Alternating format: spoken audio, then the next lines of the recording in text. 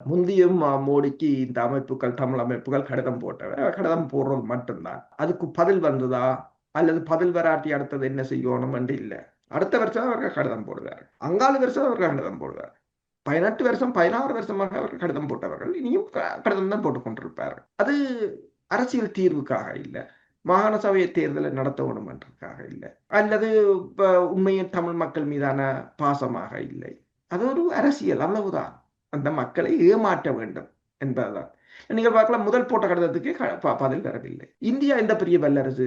இப்ப இந்திய இலங்கை உடன்பாட்டை ஏற்றுக்கொள்றதாக இப்ப கஜேந்திரகுமாரும் தமிழகத்துல போய் சொன்னது இந்திய இலங்கை உடன்பாட்டை ஏற்றுக்கொள்வதாகத்தான் கூறியிருந்தார். ஓகே.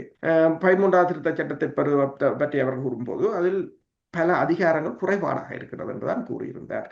அது ஒரு இடைக்காலமாக ஏற்றுக்கொள்ள தொல் திருமண வளவன் அதில் பேசும்போதும் கூறியிருந்தார் என்னென்று சொன்னால், தமிழீழ கோரிக்கை கைவிடப்படாது, ஆனாலும் இது ஒரு இடைக்கால தீர்வாக தற்போதைய மக்களுக்கான ஒரு அதிகாரமாக இருக்கு. என்னென்று சொன்னால் அது உண்மையும் தான். என்னென்று சொன்னால் இப்ப 13 எதிர்க்கிறோம், அதை எதிர்க்கிறோம், இதை எதிர்க்கிறோம், கதிரமர் அப்படி சொல்லவில்லை இப்படி சொல்லவில்லை என்று நீங்கள் ஏராளமான ஆய்வுகளை பார்க்கலாம். என்ன பிரச்சனை என்று சொன்னால், முதல் அவங்கள அரசியலை செய்ய விடுங்க. அதை கொண்டு போய் இதை கேட்கல, இதை கொண்டு போய் அதை கேட்கல.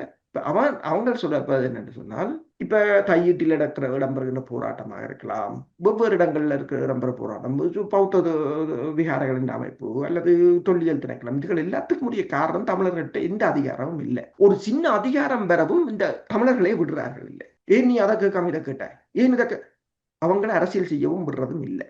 அவங்களும் இவங்களை எடுத்து துணிச்சலான அரசியல் செய்வதும் இல்லையாக இருக்கின்றது. இப்ப நீங்கள் கேட்டது போல சந்திரகுமாராக்கள் என்று சொன்னால், இவர்கள் துணிச்சலாக கதைக்கக்கூடியவர்களா? இந்த இபிடிபி தான் இந்த அன்றைக்கு மீனவர் போராட்டத்துல இந்திய தூதரகத்தை இப்போது சந்திரகுமார் இபிடிபியில் இருந்து பிரிந்து அவர் இப்போது தமிழ் தேசிய மாவீரத்தினம் அனுஷ்டிக்கின்ற அளவுக்கு அவருடைய அரசியல் வளர்ந்திருக்கின்றது.